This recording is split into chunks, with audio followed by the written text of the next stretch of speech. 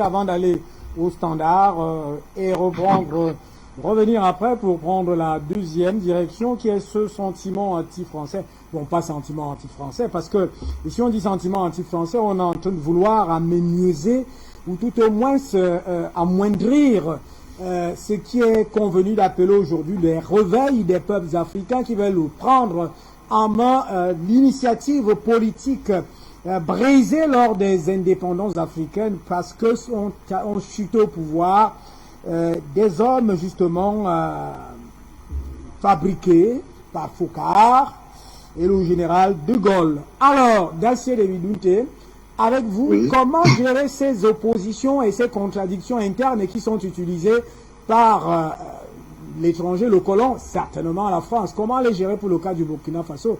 Parce qu'en réalité, la question de fond, c'est de savoir, bon, Christian Roch-Marc Kaboré ne gère pas convenablement, la gestion n'est pas orthodoxe, le pays est dans l'insécurité, mais en le débarrassant, qu'est-ce qui va se mettre à la place? Au Mali, on parle de la fondation de l'État et le gouvernement de transition y tient. Au Burkina Faso, vers où peut-on aller? Oui, actuellement, il faut dire que c'est complexe. C'est complexe en ce sens qu'on ne peut pas quitter ce côté ethnique. Roch-Marc Christian Kaboré lui-même, il a forgé cela. D'abord, pour sa gouvernance, il y a un opposant, il est décédé il n'y a pas longtemps, Souman Touré, qu'il avait critiqué pour son gouvernement qu'il a formé de 90% de Mossi. Je dis bien Souman Touré. Tous ceux qui connaissent l'histoire politique du Burkina connaissent Souman Touré. C'est un syndicaliste très bouillant et il est décédé 1 ou 2 ans comme ça. Il l'avait critiqué. Et maintenant, qu'est-ce qui se passe? Vous avez parlé de la révolution d'octobre 2014. Tous ces jeunes qui ont lutté là, je peux le dire, quand vous prenez les leaders, il n'y avait pas de Mossi dedans. Quand ils ont fini de tomber Blaise, les gens se sont retrouvés chez le Mogo Naba, le roi de Ouagadougou, et avec le lieutenant-colonel Isaac Zida, ils ont pris le pouvoir. Et quand on a dit on ne veut pas de militaires, il y a un autre groupe qui s'est assis et qui ont fabriqué Kafando. De nulle part, ils sont venus lui donner le pouvoir. Donc, voici, après Kafando, Djengere vient, il fait coup d'État encore dans la même transition. Et malgré tout, la jeunesse est sortie. Et même la lutte contre le coup d'État, ce n'est pas parti de Ouagadougou. C'est les jeunes Bobolais, quand ils sont sortis, ils sont allés au camp Wenzen Koulibaly et dire à l'armée, si vous ne voulez pas monter, déloger Djengere, donnez-nous les armes. C'est comme ça les jeunes officiers se sont levés et ils ont commencé à monter. Et tout le Burkina, les militaires se sont regroupés et ils ont encerclé Ouagadougou. Djengere était obligé d'abdiquer. Sinon, à Ouagadougou, il n'y avait pas cette résistance. Les gens résistaient, mais pas comme ce que les jeunes de Bobo ont fait. Pour vous montrer toujours cette grande différence qu'il y a au Burkina. Bon, la situation qu'on connaît actuellement, tout le monde sait qu'on ne sait pas où est le président, on ne sait pas où est le premier ministre. Mais pour répondre directement à votre question, à mon humble avis, connaissant bien le Burkina et ses acteurs politiques, la seule personne qui a un programme de société panafricaine solide, fiable au Burkina, que nul ne peut contredire, c'est le professeur Laurent Gbagbo.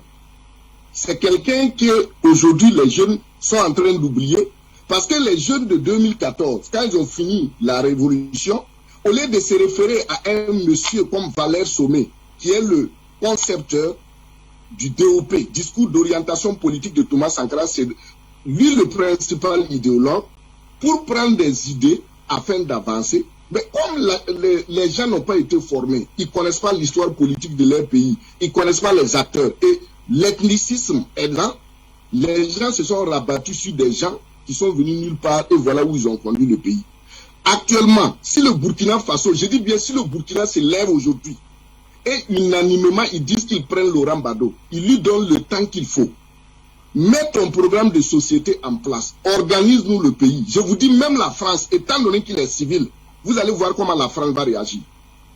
C'est le seul parti politique actuellement au Burkina qui est panafricain parce qu'il a été encouragé par la génération Cheikh Anta Diop pour créer un parti. Et le professeur Laurent Gbagbo a créé le PARA, Parti pour la Renaissance nationale. Actuellement, c'est son programme de société, C'est lui, en tant qu'homme intègre, qui connaît bien. L'administration burkinabé, c'est lui qui l'a conçue. Aucun intellectuel burkinabé ne peut s'asseoir, nier le fait que Laurent Gbagbo a des idées. L'homme qu'on appelait dans l'administration pour résoudre les problèmes. Quand il y a un problème, c'est lui qu'on appelait. Mais pour des questions ethniques, le pays, on ne veut pas de ces gens-là. Vous savez très bien que le Burkina est connu à l'international sur le plan panafricain avec de grandes idées. Mais pourquoi le pays n'arrive pas à avancer? Vous prenez Daniel Wenzen Coulibaly. Comment un monsieur peut travailler à cheval entre deux pays, la Côte d'Ivoire et la Haute-Volta? On l'appelait le lion, le lieutenant de Houphouët et le lion du RDA. Et la France avait dit qu'il ne faut pas que le RDA atteigne le plateau Mossi. La France et l'Église catholique. Et c'est pourquoi on a dit, le Moro Naba en son temps a lancé un mot d'ordre pour dire qu'il ne faut pas ils vont voter Daniel Wenzen Coulibaly comme président. Et c'est Maurice Yamerogo qui a dit non, c'est le leader qu'il nous faut. Et quand Maurice a soutenu Daniel Wenzen Coulibaly, quand Daniel Wenzen Coulibaly a été élu, il a nommé Maurice ministre de l'Intérieur deuxième personnalité. Et quand Daniel Wenzen est mort, on a pris maintenant Maurice comme président. Voilà comment Maurice Yamerogo est venu au pouvoir. Maurice n'a jamais lutté pour l'indépendance. Vous prenez Nazi Boni, un fédéraliste hors pair. C'est lui qui a milité pour la fédération du Mali. Et du fait de son engagement pour la fédération du Mali, la fédération du Mali avait décidé de l'octroyer la capitale de la fédération du Mali à Bobo Dioulasso pour rendre hommage à Nazi Boni. Maurice Yamerogo, au fond, il l'a utilisé pour éclater maintenant la fédération du Mali, pour aller créer le conseil de l'entente. Et c'est là-bas qu'ils vont construire les sièges. Quand Sankara est venu, il va déménager la présidence au conseil de l'entente parce que la présidence et l'ambassade de France, bon, c'est un mur mitoyen, c'est comme des voisins. Et Sankara ne voulait pas rester à la présidence parce que c'est écouté. Et il a déménagé au conseil de l'entente. Donc, Nazi Boni a envoyé maintenant le projet de société de réconciliation nationale avant les indépendances. Maurice Yamerogo dit qu'il t'a dit ça. Amen. Et il a voulu les arrêter. Modibo Keïta a accueilli Nazi Boni et lui a ouvert les radios du Mali, national du Mali. Il s'est exprimé. Quand on a fini avec tout ça, l'ethnicisme était tel que dans les années 70, Nazi Boni a proposé qu'on crée une autre république, le Burkina soit divisé, et on va laisser les Mossi de l'autre côté, les autres vont rester, parce qu'avec les comportements-là, le pays ne peut pas avancer. C'est un projet officiel, c'est un pan de notre histoire. C'est pas que j'invente ou j'insulte quelqu'un, je suis ethniciste, c'est l'histoire politique du Burkina. Et c'est pourquoi Nazi Boni est considéré comme sécessionniste. Et vous n'êtes pas sans savoir que Nazi Boni a retracé l'histoire de son peuple, le Boaba, dans son roman Crépuscule des temps anciens. Et c'est de ce roman, par exemple, cette guerre que ce livre retrace la guerre de Bani Volta. Après maintenant Nazi Boni, vous prenez Kizerbo. Qui ne connaît pas le professeur Joseph Kizerbo en tant que panafricain? Premier intellectuel à conduire un mouvement intellectuel pour aller soutenir Sékou Touré. Dans le pays de Kizerbo, on ne connaît même pas Kizerbo. On ne le respecte même pas. Si on devait tuer quelqu'un à propos de Kizerbo dans les médias, c'est bien moi. Je vous le dis haut et fort. L'université qui a milité pour qu'on nomme l'université Joseph Kizerbo, c'est bien nous. Aucun professeur d'université burkinabé ne l'a fait. Il n'y a pas de professeur burkinabé panafricain. Je vous le dis haut et fort sur Afrique Média. C'est Doulaye Konaté, le président des historiens africains en son temps, avec d'autres universitaires qui ont soutenu le projet. Mais Kizerbo a conçu le développement endogène. Comment se fait-il qu'aujourd'hui le Burkina Faso, 274 000 km², ne peut même pas appliquer les idées du professeur Joseph Kizerbo? Et à l'heure où on vous parle, le Burkina n'a même pas un livre comme ça, on va prendre dire que c'est l'histoire du Burkina où on va rester à cause de ce problème ethnique. On quitte Joseph Kizerbo. Le professeur Laurent Gbagbo, avant même que Sankara n'arrive au pouvoir, il a écrit un ouvrage, Refaire la Haute-Volta. Tellement les cadres pillaient. Il a prévu la révolution dans 5 ans, parce qu'il a lu où allait le pays. La révolution est arrivée 2 ans plus tôt, quand Sankara a pris le pouvoir. Sankara vient. En 4 ans, vous avez vu ce que Sankara a fait. Mais on a tué Sankara, soit disant qu'il n'est pas Mossi, c'est un Silmimouaga. Référez-vous aux émissions du journaliste Ismaël Ouedraogo. Il y a un adjudant du nom de Nintiema qui a témoigné.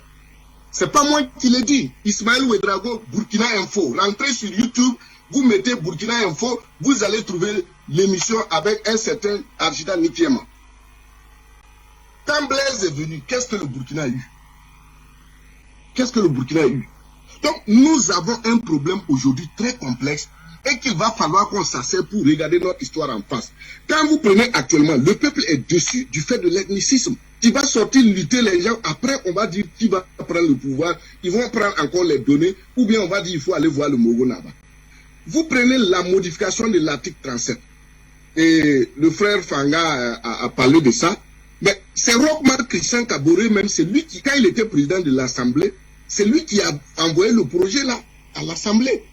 Et si vous vous référez au journal L'Observateur Panga, il avait dit une phrase qui était à la une de ce journal. Il dit que si on ne modifie pas l'article 37, c'est un style démocratique.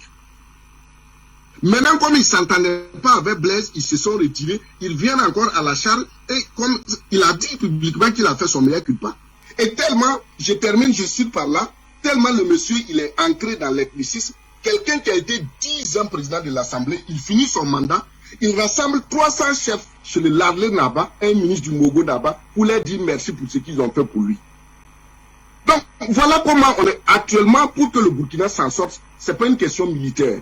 Il faut que les militaires, même s'ils prennent le pouvoir, ils aient le courage d'appeler le professeur Laurent Bado. On lui dit, vu ton programme de société, vu ton expérience pour ce pays, vu ton patriotisme, vu ton intégrité, tiens le pouvoir, on organise un gouvernement, on se donne le temps qu'il faut, on règle les problèmes, et après maintenant, on va réécrire de nouveaux tests pour relancer le pays. Historique qui va même chercher la toile de fond du professeur Joseph Kizerbo, 1922-2006, historien avec un parcours académique et intellectuel assez exceptionnel et vraiment brillant. André Christelle Fanga, en une minute on va au standard. Vous savez, notre plus grand problème, c'est les gens qui sont sortis de Sorbonne, Dijon, je ne sais pas, de toutes ces choses-là. C'est ça notre plus grand problème dans notre continent. Vous savez que le professeur Rochmar Kaboré, il est professeur, hein, il est enseignant, il est économiste et tout et tout.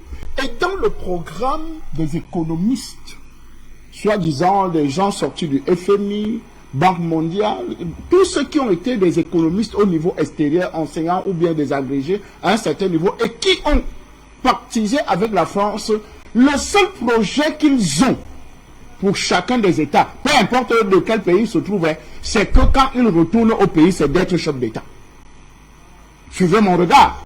Mais le professeur Joseph Kizerbo a été passé à la Sorbonne, il a même enseigné, mais il n'a pas perdu ce panafricanisme-là. Mais c'est pour ça que je dis qu'ils ont pactisé. Mais ils ont pactisé. Il y a ceux qui ont pactisé. Et d'ailleurs, même ceux qui ont pactisé n'étaient pas les plus brillants.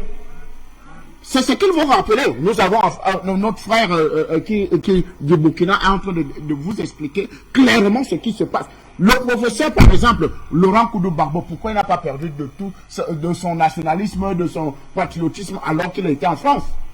Donc vous comprenez que il y a ceux qui ont pactisé, de ceux qui ont voulu que les comptoirs coloniaux, appelons ces pays-là comme ça, vous voyez, les comptoirs coloniaux que la France a fabriqués, puissent aussi installer des contrôleurs coloniaux. Et c'est l'un des contrôleurs coloniaux que nous avons actuellement au Burkina Faso, qui s'est caché derrière le panafricanisme, qui s'est caché derrière le nationalisme, qui s'est caché dans un faux discours. Parce qu'en réalité, connaissant la profondeur du mal, et il faut savoir le contrôler. Et c'est pour ça que ces gens réfléchissent tellement vite. Parce que, connaissant la profondeur des problèmes du Burkina Faso, ou bien des Africains, alors, il faut amener un discours persuasif, un discours qui va permettre, alors qu'au fond, on ne l'est pas. Donc la situation aujourd'hui au Burkina Faso, en dehors de l'ethnicisme et tout le reste là, il y a des conditions plus graves Vous comprenez un peu l'appartenance, parce que quand même, on ne s'imaginait pas que Roch-Marc Kaboré allait être un béni oui-oui de la France. On ne s'attendait pas. Le peuple a fait sa révolution.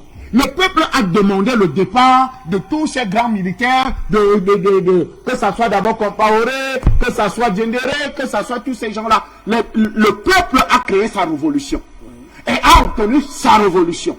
Donc il n'y avait pas d'ennemis là-bas. Parce que quand tous les peuples qui se sont mobilisés, que ce soit de Ouaga, Bobo, Djolasso, un peu de partout, qui se sont mobilisés pour mettre hors d'état de nuire le camp des assassins, le camp de ceux qui ne voulaient pas le développement, qui ne veulent même pas le développement du Burkina Faso. Avec ce constat, on peut, si je dois me répéter, on peut faire le constat de ce que cette révolution a été volée. La révolution a été volée justement parce que, en réalité, la France a utilisé un système, le système de l'ethnicisme là, et au Burkina Faso, ce n'est pas mon frère qui m'en démentira, c'est qu'ils ont fait confiance à un homme. Le Moro Naba est l'une des voix les plus autorisées qui, quand il dit, il donne un mot d'ordre, tout le monde obéit. Alors qu'aujourd'hui, la voix du peuple compte. Vous savez que Vox Dei, Vox Populis, la voix du peuple, c'est la voix de Dieu. Alors pourquoi, quand vous avez déjà créé votre révolution, vous avez besoin... Vox Populi, Vox Dei. Au lieu de... Quand vous avez déjà créé votre révolution, pourquoi aller encore demander conseil à quelqu'un qu'on sait déjà ses positions, n'est-ce pas? On le respecte en tant que guide religieux, en tant que guide traditionnel du Burkina Faso, mais qu'aujourd'hui, quand le peuple a déjà décidé, c'est au-delà des individus. C'est-à-dire la volonté populaire d'un peuple. Maintenant, savoir maintenant poser l'espoir sur quelqu'un. Et je pense que notre frère du Burkina Faso a justement présenté des noms qui n'ont rien à voir avec l'ethnie. Des noms qui nous sont au-dessus de l'ennemi. Et c'est ce que nous, les Africains, aujourd'hui, nous parlons. Merci, ma grande sœur de l'eau, Adjeta Blaou, qui dit, mais nous sommes d'abord des Bantous, au-delà des comptoirs coloniaux, des frontières créées. Vous n'allez pas demander à un Malien qui est là juste à côté de ne pas se sentir concédé par l'affaire du Burkina Faso. Vous n'allez pas demander à un gars de la Côte d'Ivoire de ne pas se sentir concédé par les affaires du Ghana. Vous n'allez pas demander à tous ces peuples-là. Comme chez nous en Afrique centrale par exemple, vous n'allez pas demander à un gars du Sud de ne pas être concédé par les histoires de la Guinée équatoriale ou bien du Gabon. Vous n'allez pas demander à tous ces peuples-là qui font partie d'un même arbre généalogique du Cameroun, bien sûr. Donc vous n'allez pas demander à un Fan, ou à un Boulou, ou à un Toumou de ne pas se sentir concédé par les histoires. D'ailleurs, vous allez retrouver que les mêmes peuples se retrouvent un peu de partout. Merci André Christelle Fanga. D'ailleurs, le professeur Joseph Kizerbo a fait des travaux assez excellents et exceptionnels dans la compréhension de cette histoire africaine sur la très longue durée. Et que son pays soit traîné dans la boue de l'ethnicisme et du tribalisme, c'est seulement regrettable. Bien voilà, on cherche Christian Roch-Marc Kaboré parce que le constat que vous faites ici, c'est qu'il est débordé par le flot de cet ethnicisme et de ce tribalisme et que certainement les mains dont attaché, il ne peut pas gérer les choses d'une manière convenable, surtout que celui qui en bénéficie, ou tout au moins qui tire les ficelles de cet ethnicisme et de ce tribalisme, c'est la France prédatrice. C'est pas moi qui le dis, c'est vous qui l'avez dit. Alors, les faits sont là. Alors, au standard, on va sur ce point. Vous êtes très nombreux d'ailleurs sur la toile. Je vais revenir sur les messages génériques qui résument un peu la plupart des messages que vous envoyez tout à l'heure. Est-ce que nous avons un appelant au standard?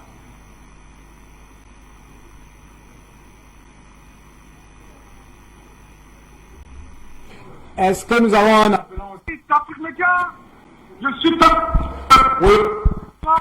Vous êtes celui-là qui a compris la politique, sentez-vous ça, beaucoup de différences. Je passe pas. Donc, je salue tous vos invités avec référence, et en particulier la côte Fanga. Je salue tous les techniciens, le PDG que j'adore, tous les appelants qui sont sur la plateforme Telegram. Une fois que je dis cela, Monsieur Hubert qui dit, vous savez, c'est ce que nous avons dit, que la libération de l'Afrique commencera au Mali. Vous comprenez? Donc c'est le vent, le printemps africain qui a commencé. Et ce qui se passe au Burkina va dans la droite ligne de ce que nous espérions. Vous comprenez? Contrairement à ce que les intervenants mon compatriote burkinabé a dit, nous disons que la solution militaire opportune, c'est pas une solution. Les cadres, les intellectuels, ils ont échoué. À l'heure où nous parlons, c'est la solution militaire parce que quand nous faisons le bilan de la venue des militaires au pouvoir en Afrique, nous disons que les plus grandes révolutions sont venues des militaires. Les vrais changements en Afrique sont venus des militaires qui ont pris le pouvoir. Nous pouvons faire un décompte succinct. Nous avons vu Thomas Sankara avec sa révolution. Qu'est-ce que ça a donné? En moins d'une année, Thomas Sankara avait remis le Burkina au travail. Nous avons vu Jerry Rawlings au Ghana. Nous avons vu en Égypte. Nous avons vu les militaires qui ont pris le pouvoir au Soudan. Nous avons vu partout où les militaires sont venus au pouvoir, il y a eu ce qu'on appelle une véritable alternative, ou bien un semblant d'alternative. Mais toutefois que les intellectuels sont venus au pouvoir, ça a toujours été l'alternance. C'est-à-dire que le système n'avait pas changé. C'était toujours à la solde de la France. Donc nous disons que, tel qu'il y a eu la génération de ceux qui ont lutté pour qu'il y ait abolition de l'esclavage, il y a eu la génération pour ceux qui ont lutté pour qu'il y ait des indépendances actives sur papier. Nous sommes dans la génération de la rupture. Notre génération, c'est la génération de la rupture de la France-Afrique arrivée. Et celle-là, nous avons vu que les intellectuels ont montré toutes les limites. Donc c'est la solution militaire, la solution coup de poing. C'est elle-là qui prévaut. Et c'est celle-là qui est en train de se passer et porter des fruits. Nous l'avons vu en Centrafrique. Certes, c'est pas un militaire qui est au pouvoir, mais avec la force militaire de la Russie, nous voyons les résultats. Mais au Mali, ce sont les militaires qui sont au pouvoir. Et c'est la politique, c'est la triste appréciation de la réalité du moment. Et tristement, cette réalité-là se tient est pour nous les Africains actuellement. Parce que l'hégémonie française, c'est trop. En plein 21e siècle, on ne peut pas accepter ça. On peut pas accepter quand eux-mêmes ils prônent la démocratie doit reconnaître au peuple qu'ils sont souverains. Mais la France, elle dénie ça au peuple africain en plein 21e siècle, au siècle des Lumières, où il y a Afrique médiatique a ouvert les yeux des Africains. Ce n'est pas acceptable. Donc, la solution militaire est opportune. Et nous encourageons les militaires qui ont commencé à tirer dans les casernes au Burkina, d'aller jusqu'au bout, de prendre leurs responsabilités. Et à la suite, il faudra que ceux de la Côte d'Ivoire puissent suivre les colonels de l'armée de la Côte d'Ivoire, puissent faire comme les colonels du Mali, et ainsi de suite au Niger, afin que toute la CEDEAO soit délivrée de ce qu'on appelle la France parasite, qui ne veut pas se développer d'elle-même, qui ne veut pas grandir, qui ne veut pas travailler comme l'Allemagne le fait. Il faut qu'on cesse avec cette hégémonie-là, ce terrorisme à grand niveau, c'est le nazisme français, et c'est les militaires qui peuvent le faire. C'est là que nous encourageons tous les militaires, toute l'Afrique supporte les Burkinabés, actuellement les militaires burkinabés. Bonne continuation, c'est un message à bout depuis l'Angleterre. Bye bye, Fernand. Qui à vous à bout d'Angleterre notre appelant certainement derrière, je vous convie, en prenant cet appelant, de faire un tour dans...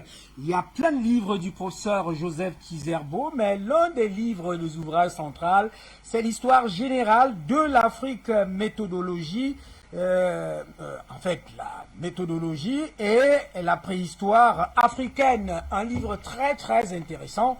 Et c'est curieux que c'est dans ce pays qu'on se plonge dans l'ethnicisme et le tribalisme avec le président Christian Roch-Marc Kaboré qui s'est fait lier les mains dans cette affaire et qui se fait le serviteur de la France. C'est pas moi qui le dis, c'est clair, dans les faits. Un autre appelant derrière. Monsieur, bonsoir et bienvenue. Oui, alors bonsoir. Bonsoir, vous êtes à l'antenne, allez-y. Bonsoir, monsieur Hubert Etondi, un plaisir de vous revoir et avec un peu de retard.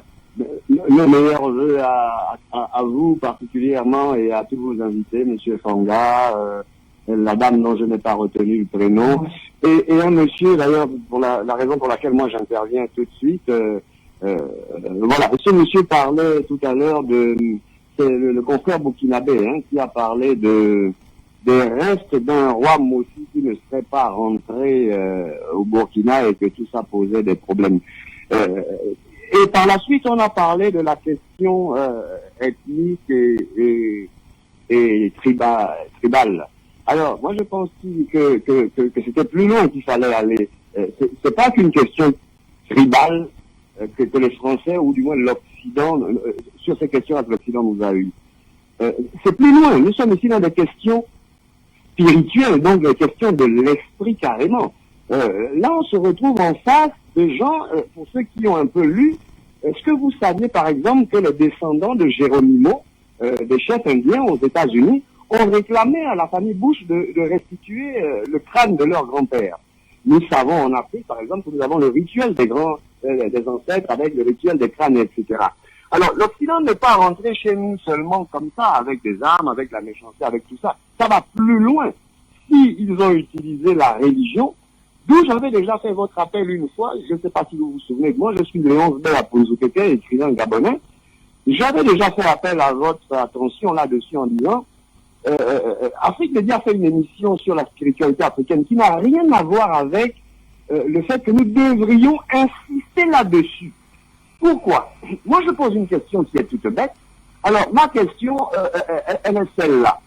Pourquoi les pays occidentaux, tous les peuples des pays occidentaux, sont quasiment ignorants sur la question de l'esprit? C'est-à-dire que leurs dirigeants ont mis une religion longtemps qu'on a inoculée, cette même religion aujourd'hui qui n'est pratiquement plus suivie par ces derniers, parce qu'on voit bien que les Occidentaux aujourd'hui vont plus vers des sciences alternatives, ils vont s'initier chez nous au Wiki, au Nvet, etc., et même chez les Amérindiens. Et ma question est la suivante. Pourquoi tous les pays occidentaux, aussi étrange que cela puisse paraître, tous ces dirigeants de ces actions occidentales-là ne manquent pas de célébrer la mort de ceux de célébrer les mémoires de ceux qui sont morts pour leur France, par exemple, ou pour l'Allemagne, etc. Quand on voit la flamme du soldat inconnu, j'ai une question. C'est de quelle religion, ça? Ce n'est d'aucune religion. Donc on se rend bien compte que ces gens-là sont allés très très loin. Ils nous ont battus dans l'esprit. Et nous savons absolument que la question de l'esprit est primordiale en Afrique. On ne peut pas faire semblant.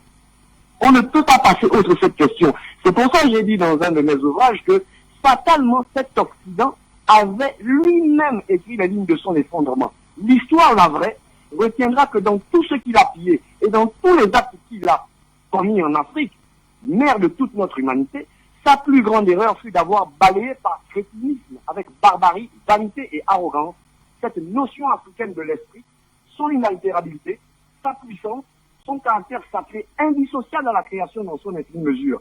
Il nous revient à nous de prendre conscience de cela. Il nous revient absolument, c'est un peu ce que je voulais dire, et encore merci pour tout ce qu'Afrique Média fait.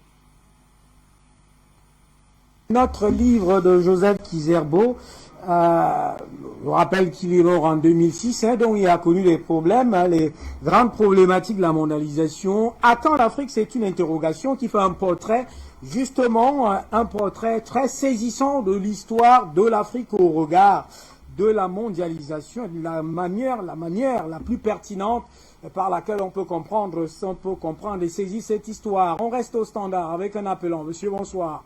Bienvenue. Bonsoir, bonsoir à Christelle Fanga et bonsoir à notre sœur et à tous les panélistes.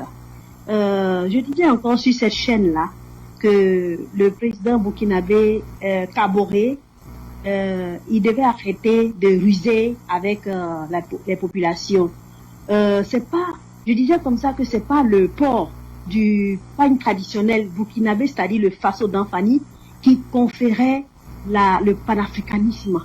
C'est plutôt par les actes qu'il allait poser. Et hélas, il n'a été personne. Vous ne pouvez pas être là en train de ruser, en train de tricher. Tantôt, on ne sait pas, vous surfez, vous travaillez pour qui? Mais finalement, ça ne pouvait pas perdurer. À un moment donné, il fallait qu'il montre sa véritable nature. Et c'est ce qui s'est passé. Sur le terrain, on a constaté que c'est un serviteur, c'est un serviteur de la France, et la population a pris ses responsabilités et salut à l'armée là-bas. Maintenant, dans l'exposé tout à l'heure de notre sœur, elle donnait entre autres les raisons pour lesquelles il y avait, les attaques, les divisions dans nos pays. Mais vous avez oublié, je ne sais pas si j'ai bien entendu, vous avez oublié aussi une des raisons majeures qui fait qu'il y a souvent des troubles dans nos pays, c'est la mauvaise répartition des richesses. La mauvaise répartition des richesses du pays. Quand une petite partie de l'élite s'accapare toutes les richesses du pays, alors qu'au détriment de la population, mais vous voyez que ça, on n'a pas besoin de l'Occident pour se révolter. La population se sent trahie et elle réagit. Et aussi une autre raison encore, la franc-maçonnerie. Mais est-ce que vous savez jusqu'où la franc-maçonnerie peut dénaturer quelqu'un, peut posséder quelqu'un au point où cette personne n'arrive plus à reconnaître même les siens et même son propre sang. Il est prêt à nier son propre sang et puis faire plaisir à un frère de la franc-maçonnerie quand il s'agit même d'une transplantation sanguine, d'une transplantation d'un organe. Mais ils sont capables de refuser cela à leurs parents, à leur propre sang et offrir un organe même à leurs frères dans les loges là. Mais d'où même, c'est tellement profond, c'est tellement grave, on les a lobotomisés avec cette histoire-là, je ne sais plus s'ils réfléchissent. Ça, c'est une des causes majeures qui dénature même les mandats de nos chefs d'État. Ils sont déjà, spirituellement, ils sont aliénés, ils sont possédés. Économiquement, ils sont possédés avec FMI, avec tous ces plans d'ajustement-là. Et puis, politiquement même, ils ne veulent rien. Il n'a aucune assise. Quand vous voyez ça au Burkina, sans compter même ce que notre frère a bien fait de le rappeler, toute cette histoire-là, quand on explique cette histoire-là, aujourd'hui, nous sommes situés sur le comment tant de coups d'État. Tant de coups d'État. Vraiment. Et au peuple burkinabé, on est ensemble.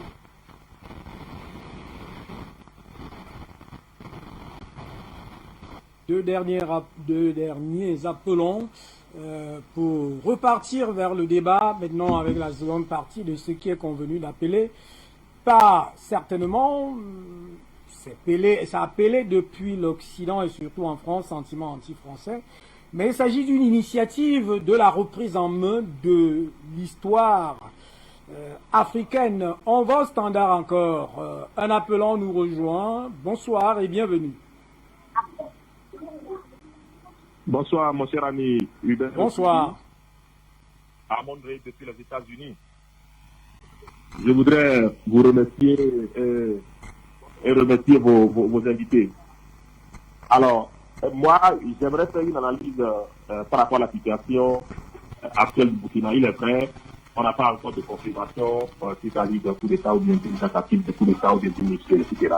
Mais moi, j'aimerais que l'on tire leçon de ce qui se passe actuellement au Burkina. La leçon, c'est quoi? La leçon de ce qui se passe actuellement au Burkina, c'est ce que les Français, notamment, ou bien la France, est en train de vouloir faire au Mali. Rappelez-vous, le peuple burkinabé s'est levé pour chasser le criminel et le dictateur Blaise Compaoré. Juste après ça, j'avais fait un post en disant que les Africains en général et les Burkinabés savent comment on chasse un dictateur, mais ils ne savent pas comment on élit un panafricain.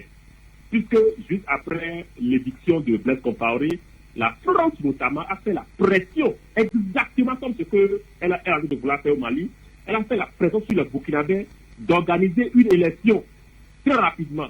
Parce qu'elle sait que quel que soit celui qui viendra au pouvoir dans ces conditions-là, cette personne sera toujours à cette solde, sera une marionnette enfermée. Et c'est en cela, et c'est dans cette mouvance-là qu'un pantin, n'est-ce pas, un laquais comme Marc Kaboré est arrivé au pouvoir, sans donner la possibilité aux Burkinabés de refonder en profondeur leur pays avant de passer aux élections.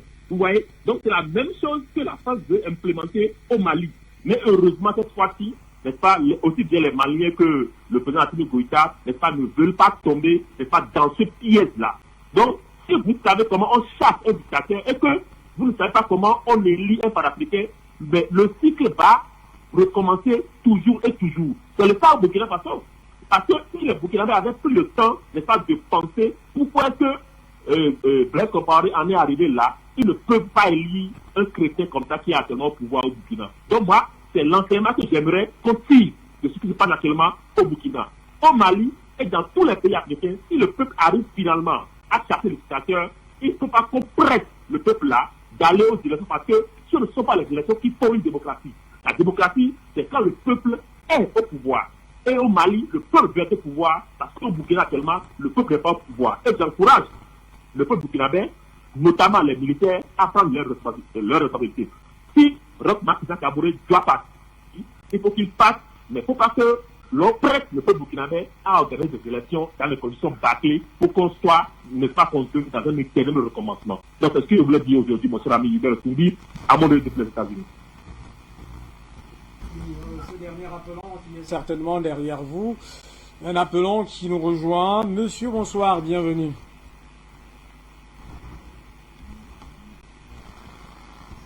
Est-ce que nous sommes avec cet appelant?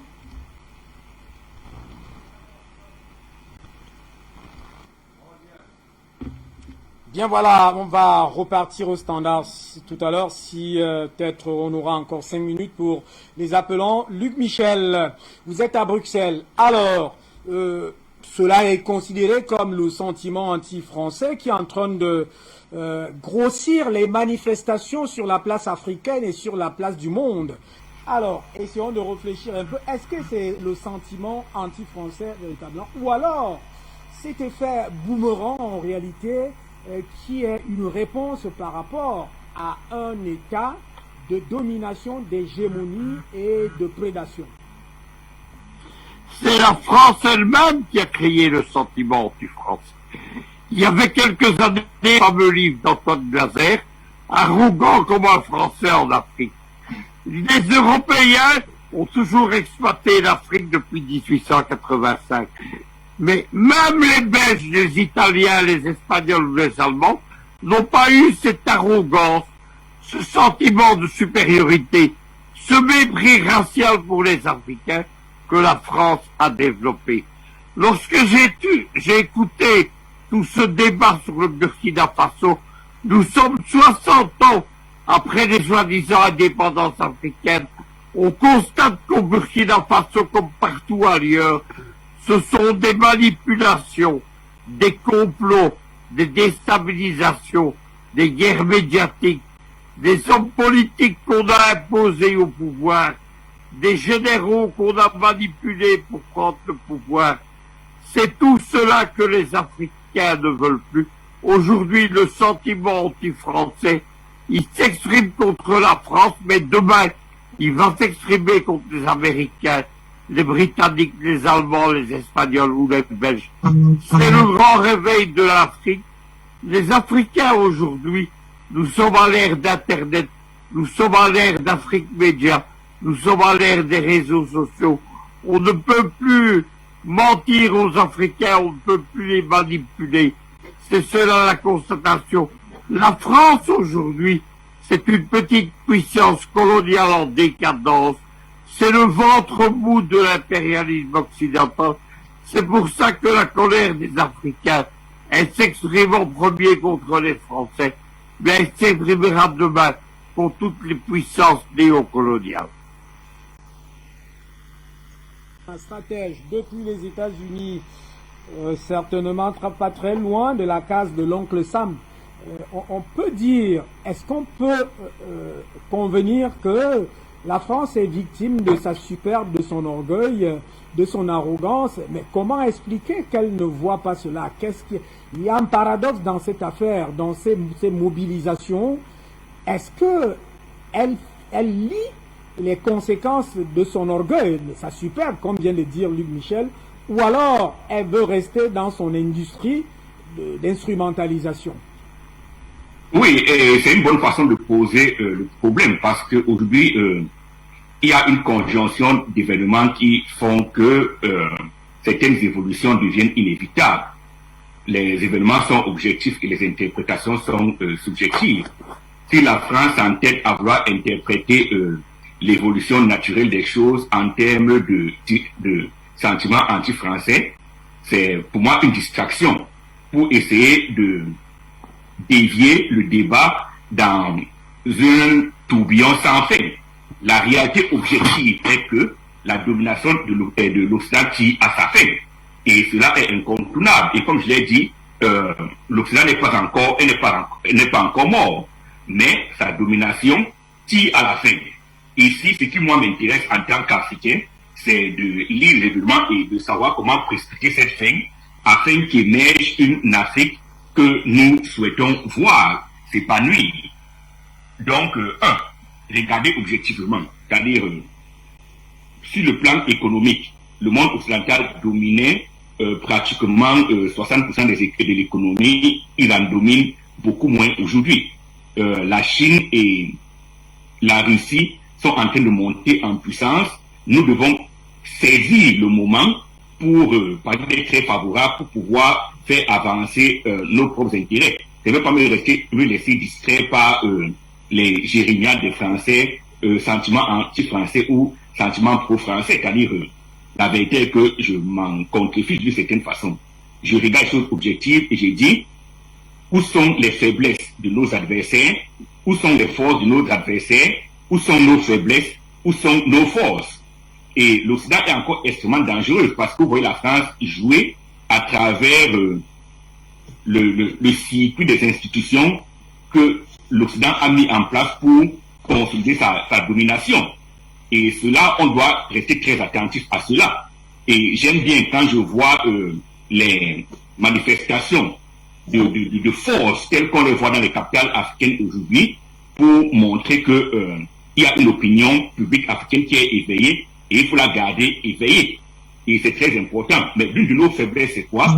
C'est que pendant que l'Occident a sa théorie de l'impérialisme, nous n'avons pas une théorie de la libération. Donc, c'est les choses que nous devons pouvoir mettre en place afin de ne pas faire de la navigation à vue. La Chine, aujourd'hui, a sa théorie. La Chine veut dominer sa zone qui est au sud de la mer de Chine.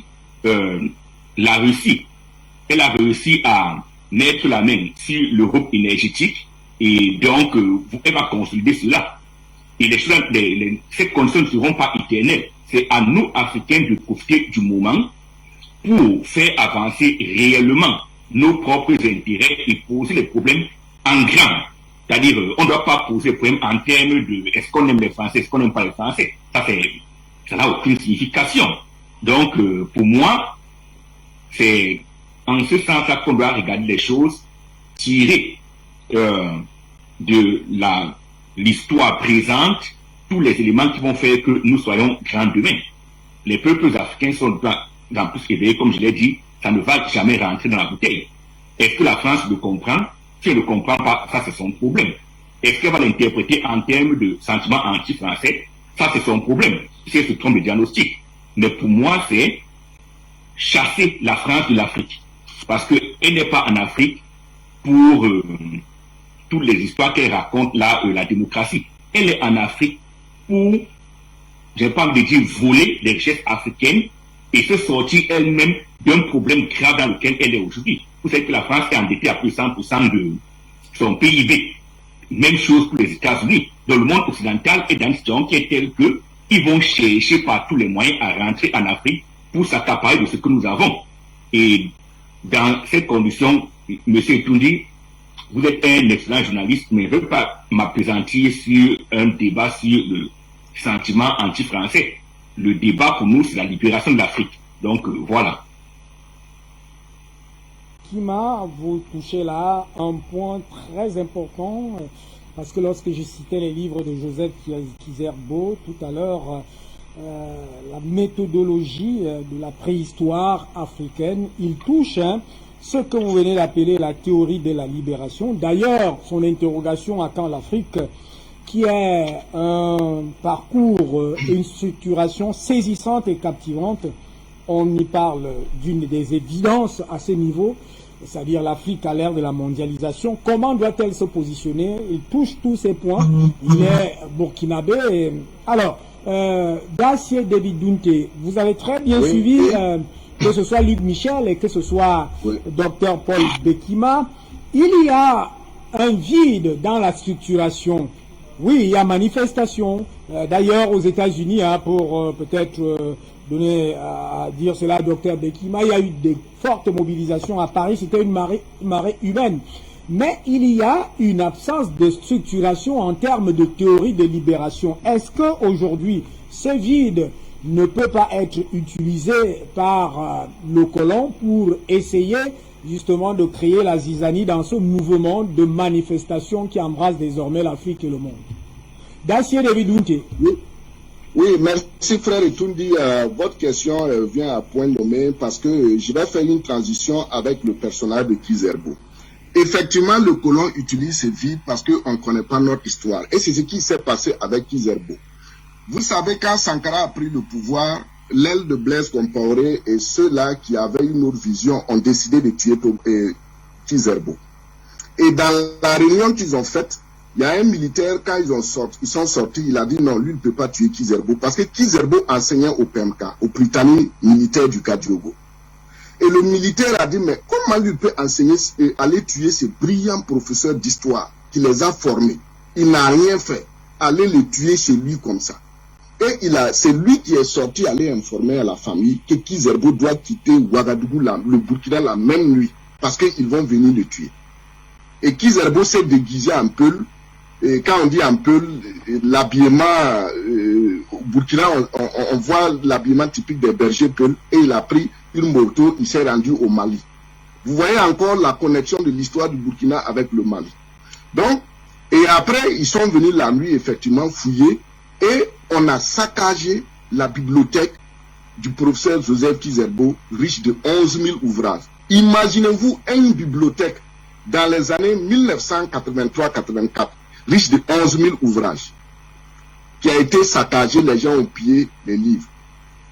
Et moi, je me rappelle, mon maître Osiris Sissou Sawadogo a vu les livres de Kizerbo dans une librairie par terre, il a acheté, il allait redonner à Kizerbo.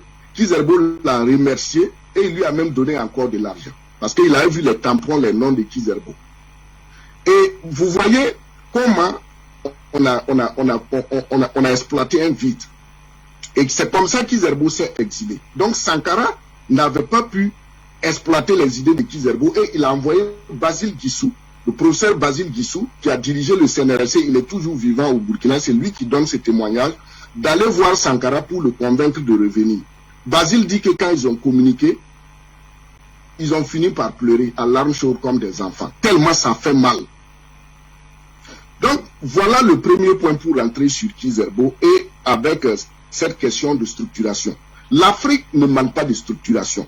L'Afrique manque de connaissance de sa propre histoire, de ses propres réalités. Quand vous prenez le professeur Joseph Kizerbo lui-même, Kizerbo n'a pas le doctorat, il n'a pas été professeur titulaire comme on le dit de façon classique. Mais quand Kizerbo a fini ses études, on ne parlait pas d'histoire africaine. Il s'est levé, c'est vrai il y avait les Cheikh Anta Diop, mais il a combattu pour la connaissance de l'histoire africaine. Et dans ce combat pour l'histoire africaine, qu'est-ce que Kizerbo a fait? Kizerbo a dit qu'il faut que les enseignants africains se détachent de la France du fait qu'ils s'en vont faire les grades là-bas. C'est comme ça qu'avec certains de ses amis, ils ont créé le CAMES, Conseil africain et malgache pour l'enseignement supérieur, dans le but de rendre indépendants nos recherches scientifiques, dans le but de réfléchir par nous-mêmes, dans le but de graduer par nous-mêmes. Et c'est pourquoi le CAMES aujourd'hui a son siège au Burkina. C'est ce monsieur, dans son propre pays, on ne peut pas consulter et on a jeté comme ça. À part le CAMES, Kizerbo encore va venir lancer la question du développement endogène où il a organisé un grand colloque à Bamako où ils ont discuté sur les questions du développement de l'Afrique. Et Kizerbo, cet ouvrage-là est intitulé La nappe des autres. Et tout le monde connaît aujourd'hui que la question du développement endogène chez Kizerbo est devenue une question philosophique, une question fondamentale. Mais est-ce que les jeunes connaissent ça? Pas du tout. Parce que nos programmes d'enseignement, même dans nos universités, moi j'ai fait la sociologie, et le frère Fanga parlait du communiqué du gouvernement, le porte-parole. Le porte-parole du gouvernement, le professeur Maïga Assanzi, m'a enseigné durant tout mon circuit à l'université de Ouagadougou. C'est lui qui est actuellement le patron du département de sociologie. Mais je vous assure qu'au département de sociologie, on n'enseigne même pas les idées de Kizerbo en matière de développement. Je me rappelle, j'ai toujours fait bagarre avec mes professeurs à cause de ça. Voilà comment l'Afrique manque de structuration, parce que les intellectuels ne connaissent pas l'Afrique. Donc, Kizerbo, avec le CAMES, et quand il allait soutenir Sékou Touré, les gens ont écrit. Les gens, le CAMES aujourd'hui, grâce au CAMES, beaucoup de professeurs se sont formés. Le CAMES est toujours là. Mais que fait la jeunesse? Cette jeunesse burkinabé ne peut pas apprendre. Cette jeunesse africaine ne peut pas apprendre parce qu'il n'y a pas la documentation. Ils ne se donnent pas la peine. Par exemple, sur l'un de ses premiers ouvrages, voici Histoire générale de l'Afrique, d'hier à demain. C'est dans cet ouvrage que Kizerbo prédisait le rôle des médias dans la libération de l'Afrique. Et vous parlez de « À quand l'Afrique ?» Voici, c'est un entretien qu'il a eu avec un journaliste. « À quand l'Afrique ?» Vous voyez? Et à propos de culture, nous parlons de culture, voilà ce que Kizerbo dit à propos de culture. Maintenant, vous avez ça. Regard sur la société africaine. Vous avez maintenant repère pour l'Afrique. Tout ça, Kizerbo l'a écrit et Kizerbo a bien vécu au Burkina. Et l'ouvrage que vous citez, Méthodologie et préhistoire, il s'agit de quand l'UNESCO a décidé d'écrire l'histoire générale de l'Afrique, quand Matambo était le secrétaire général de l'ONU, et j'ai dit l'ONU de l'UNESCO, et qu'on voulait écrire l'histoire générale de l'Afrique, et Cheikh Anta Diop Blaise avait dit non, on ne peut pas écrire l'histoire générale de l'Afrique sans trancher sur la question de l'Égypte ancienne. Qui étaient les Égyptiens? Et ils ont organisé le colloque du Caire. Et bien pour écrire cet ouvrage, publié sous 8 tomes, c'est pourquoi on a choisi Kizerbo comme le maître de la méthodologie de l'histoire africaine et il a présidé le tome 1 de ces 8 tomes intitulé Méthodologie et préhistoire. Et il y aura un autre tome, je crois, c'est le tome 5 qu'il a présidé avec Djibril Tanzing Niang. Donc voici par exemple que nos intellectuels, nos chercheurs, les panafricanistes ont produit des idées. Maintenant, comment les jeunes vont exploiter ces idées pour en faire une pensée politique, pour en faire une pensée scientifique, pour s'organiser afin d'avancer. Tout de suite, nous sommes en train de parler de démocratie. Mais quel pays au monde peut défier la Guinée sous Sékou Touré en termes d'organisation démocratique? Le système démocratique, le système social que la Guinée avait, jusqu'à la base, qui peut aujourd'hui contredire? Aux États-Unis, on parle de démocratie, mais il y a ce qu'on appelle le vote des grands leaders, des lobbies. Quelqu'un seul dont le vote peut, disons, valoir des milliers. Est-ce que ça se passe en Afrique comme ça? La démocratie allemande est fondamentalement différente de la démocratie française. La démocratie française est diamétralement opposée à la démocratie américaine. Laquelle démocratie aussi est opposée à la démocratie britannique. Chacun a évolué selon son histoire. Mais nous, Africains, qui sommes les premiers à inventer l'État et la royauté sacrée, les institutions sociales. Quand vous prenez la France, c'est sous Napoléon, ils ont connu ce qu'on appelle le Code Napoléon. Et c'est ces règles-là qui les dirigent aujourd'hui.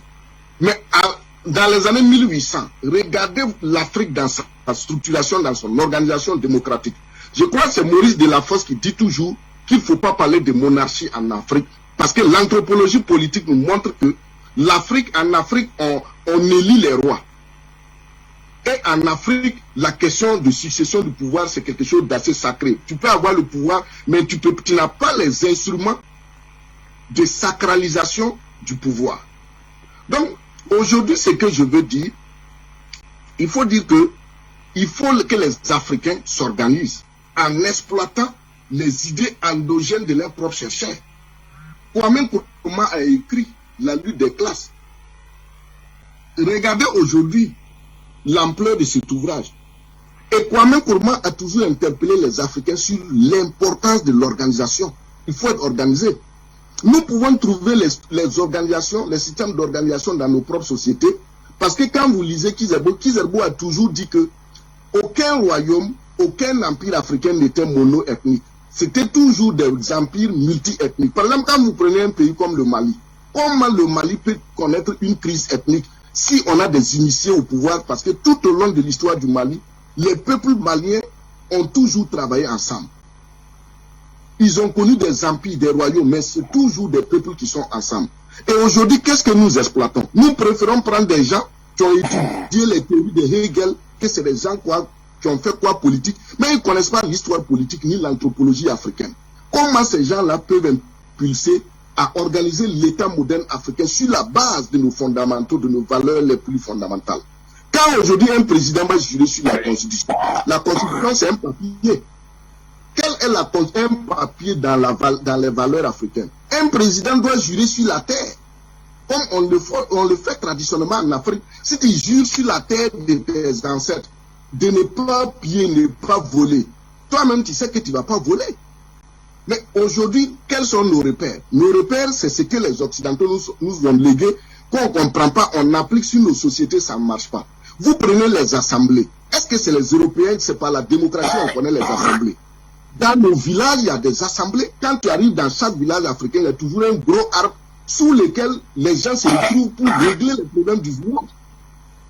Mais pourquoi se fait-il qu'aujourd'hui, nous devons encore creuser pour aller prendre? J'ai toujours dit que quand vous prenez les États-Unis ne se sont pas organisés dans leur union sur la base d'aucun pays européen. Ils se sont organisés sur la base de l'Égypte ancienne. Parce qu'au moment où les États-Unis prenaient leur indépendance en 1776, aucun pays, il n'y avait pas le nationalisme en Europe. C'est avec le nationalisme européen du 19e siècle qu'on va commencer à avoir maintenant l'unité allemande, l'unité italienne, ainsi de suite, pour pouvoir s'organiser. Et c'est ce qui va les conduire à la Première Guerre mondiale. Mais l'organisation politique américaine, dans ses institutions et dans ses repères, est fondamentalement égyptien. Tous les symboles que les Américains utilisent, c'est égyptien. Le repère, c'est l'Afrique. Et un peu la Grèce et la Rome antique. Mais qui parle de la Grèce et la Rome antique parle de l'Afrique, puisque la Grèce et la Rome antique n'ont jamais eu un centre intellectuel digne de ce nom, si ce n'est pas l'école d'Alexandrie. Et l'Alexandrie, c'est où? C'est l'héritage de l'Égypte ancienne. Donc voilà aujourd'hui comment nous devons nous réapproprier notre propre histoire. Comme l'a dit Kizerbo, nous devons inscrire la connaissance de l'histoire et du développement des recherches archéologiques et historiques sur nos sociétés comme partie intégrante du programme total du développement. On va vers Madame Adjete Ablaoua, vous le comprenez comme moi, qu'on va vers la fin de cette édition. Alors, chère Madame, avec ces mobilisations, elles grossissent, mais déjà, est-ce que le cap sera maintenu des manifestations de la mobilisation, de la riposte partie du Mali? Est-ce que il n'y aura pas de surenchère? Ou si elles doivent tenir, comment est-ce qu'elles doivent tenir? Sur la base de quel ressort? Bien, merci mon frère Etundi. La mobilisation... Est-ce que nous sommes avec Madame Adjete? Bien, peut-être on va repartir là-bas, les caprices de la connexion. André-Christelle Fanga, c'est la même question pratiquement. Mais, Monsieur Hubert Etundi, il faut se dire clairement qu'il n'y a pas de sentiment anti-français. Il y a un sentiment anticolonialiste. Un sentiment anticolonialiste. Un sentiment anti-prédateur. Un sentiment anti-esclavagiste. Il y a un sentiment je ne sais pas quoi citer, anti-terroriste.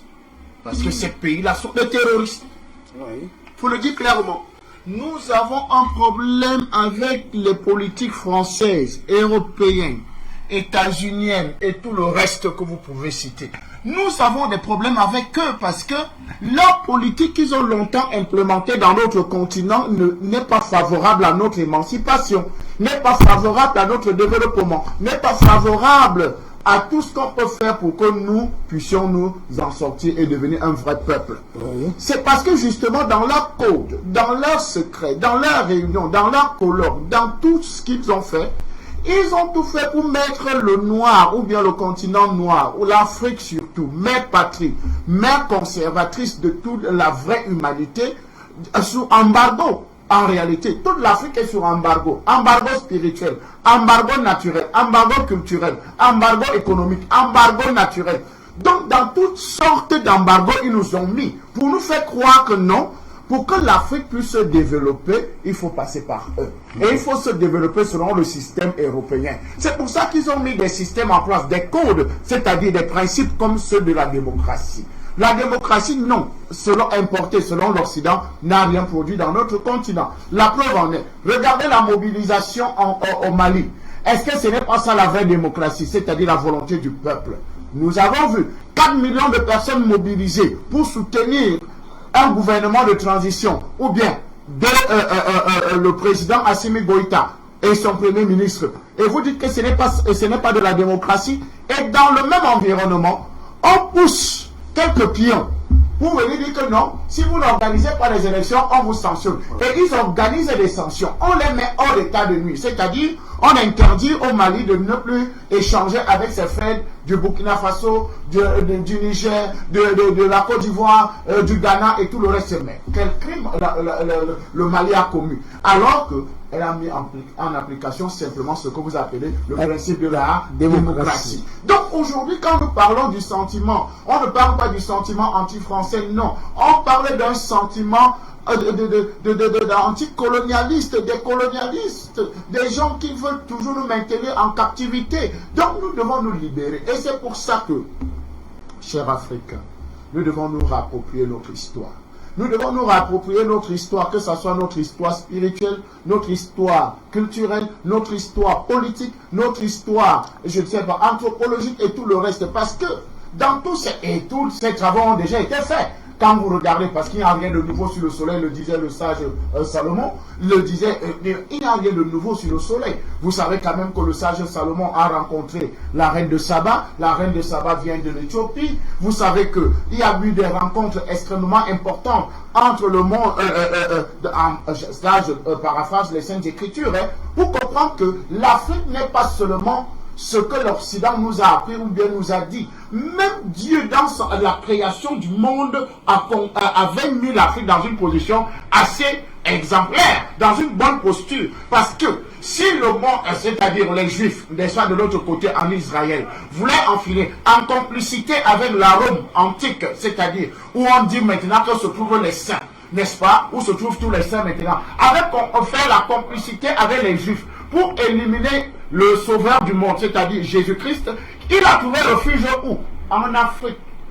Vous savez qu'il y a eu des génocides au niveau de ce pays-là pour tuer les nouveaux-nés parce qu'il fallait empêcher cette lumière d'éclore, ce fils du roi, le fils de Dieu de venir au monde ou bien de s'exprimer. Donc, l'Afrique a toujours été au cœur de l'humanité. Donc, aujourd'hui, dire que nous détestons les autres, nous n'avons jamais détesté les autres. Parce que si on détestait les autres... Il n'y a pas un sentiment anti-français. Non.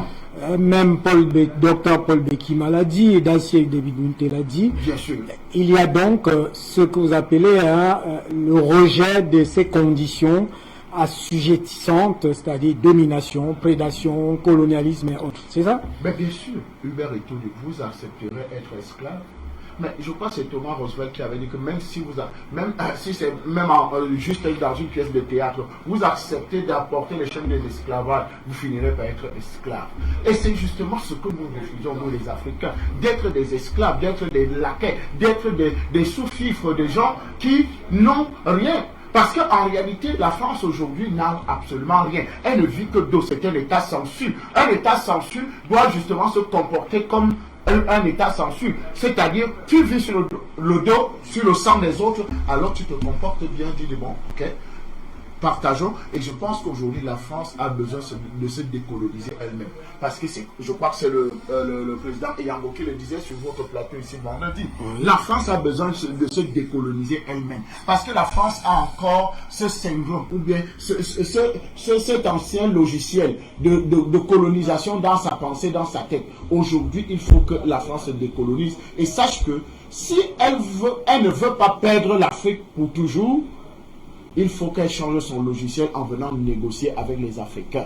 Et elle a négocié au Mali, vous savez qu'elle a poussé la CEDEAO à prendre des décisions de ne pas voler, de ne plus aller au Mali, mais la France, au travers de son chef d'escale de Air France, à aller négocier de nuit. Donc vous voyez ces incongruités-là. Donc il faut que nous les Africains, nous réveillons. Et comme la Bible le dit dans Osée 4 chapitre, le verset 6, mon peuple périt faute de connaissances. Le manque de connaissances des Africains nous amène à balbutier, à ne pas prendre de très bonnes décisions. Nous avons tout. Nous avons tous les différents éléments. Et sachant que nous les Africains, nous n'allons jamais nous développer selon le modèle occidental. C'est parce que justement nous croyons que non, ce monde de lumière, ce monde de je ne sais pas quoi, où tout est artificiel, nous allons nous mettre au même diapason. Non, le développement de l'Afrique, nous nous sentons heureux. Quand moi je me sens heureux quand je déjeune au petit matin avec le mitumba, le bâton, ou bien de la nourriture réchauffée, avec de la tchéké, avec tout ça. Moi je me sens heureux avec ça. On nous a dit non, vous êtes un sauvage quand vous déjeunez comme ça le matin. Attendez, je suis un sauvage parce que je mange bio, parce que je mange bien, parce que je mange de la nourriture de chez moi, parce que pour que je puisse être considéré comme un homme évolué, comme ils ont créé les certificats d'évolué, il faut que je prends au petit déjeuner du pain, fait au blé, le pain avec de la mayonnaise, du chocolat et tout le reste, ces différents éléments là, camembert, il faut que je prenne ceci, ça. Je suis vraiment un vrai, quelqu'un qui a évolué, qui est normal. Pourquoi quand je mange à midi, il faut que j'ai du vin. Et du vin, pas du Bordeaux. Il faut que j'ai une bouteille de Bordeaux sur ma table. C'est là où on dit que non, je mange bien, je suis évolué. J'ai mangé italien aujourd'hui, j'ai mangé français aujourd'hui, j'ai mangé américain aujourd'hui. Et vous allez retrouver qu'il y a des restaurants européens, cuisine européenne, cuisine, je ne sais pas quoi, italienne, cuisine ceci. Alors que nous avons tout ce qui est meilleur dans notre continent. Donc, cher frère Etundi, on va sortir par là. Bien sûr, je sors par là en disant aux Africains, même la spiritualité, même la croyance, nous avons encore... Il y a des téléspectateurs qui ont abordé ce volet. Hein. Bien sûr. C'est pour ça que je finis par là en disant, nous n'avons pas besoin de religion. La preuve. Ouattara avait dit en Côte d'Ivoire qu'on le combat parce qu'il est musulman. Les Maliens sont quoi? Soyons sérieux, hein? Ouattara avait dit qu'on le combat parce qu'il est musulman. Donc toute la communauté musulmane s'est mis derrière Ouattara pour dire que non, c'est notre frère, il est de la même religion que nous. Ok, à 70% les Maliens sont quoi? Musulmans. Et qui est le premier destructeur du Mali actuellement? Ou bien qui ne veut pas le bien du Mali, c'est le musulman. Donc vous comprenez que nous les Africains, ce n'est pas un problème de religion. On doit quand même dire que c'est Ouattara, parce que... Bien sûr. C'est lui le mec à part, c'est lui qui allait prendre les décisions. Parce que vous savez que les décisions étaient rédigées par un ancien ambassadeur, qui est ambassadeur de la France à l'Union européenne. C'est lui qui a rédigé tout ça et qui a remis à M. Alassane Dramane Ouattara, qui a amené ça au Ghana. Je veux juste dire que la personne de Ouattara, c'est une individualité dans la religion musulmane qui ne peut pas répondre de ses turpitudes et de ses engagements. Donc, je voulais juste rappeler aux Africains que nous n'avons pas un problème de religion. Que les religions ne nous divisent pas. Parce qu'en réalité, l'ethnicité, la religion et tous les monnaies et tout ce sont des différents éléments que les Occidentaux ont pris pour justement nous diviser, pour qu'ils puissent mieux régner. Et nous maintenant, nous devons comprendre que nous avons un seul objectif, c'est notre liberté. C'est pour ça que j'ai parlé qu'il n'y a pas d'un sentiment anti-français. Nous avons un dégoût pour le colonialisme, pour l'impérialisme, pour ces prédateurs, pour ces djihadistes, les vrais djihadistes, parce que les djihadistes ne sont pas ces gens sans armement, sans rien. Les vrais djihadistes, c'est ceux qui les arment, qui les donnent le manuel, qui les donnent tous les différents éléments pour venir détruire nos États. Merci à vous, André Christelle Fanga. On peut remarquer la combativité du peuple burkinabé, car vous le savez très bien, peut-être vous avez déjà ce résultat, c'est-à-dire que au stadium de Limbe, le Burkina Faso se qualifie. Première nation qui va en quart de finale dans cette Coupe d'Afrique des Nations au cours du match, un but partout. Tir au but, 7 tirs réussis pour le Burkina Faso, contre 6 pour le Gabon qui va certainement plier les valises et rentrer à la maison. De toutes les manières, ce soir, vous l'avez très bien compris que dans cette affaire du Burkina Faso, il y a la nécessité de gérer les contradictions internes et de mettre l'ethnicité, le tribalisme de côté pour faire prévaloir ce que justement cette nation a fait dans le passé avec des personnes comme Joseph Kizerbo qui ont retracé toute l'histoire africaine et qui ont voulu que la nation, par exemple, du Burkina Faso, l'État du Burkina Faso se fonde dans la fierté, la dignité de cette histoire générale de l'Afrique et non dans ces contradictions internes qui sont gérées dans la logique de diviser pour mieux régner par la France. Et aujourd'hui, Christian Rochemar-Kaboré, il doit donc s'en remettre, mais s'il ne va pas s'en remettre,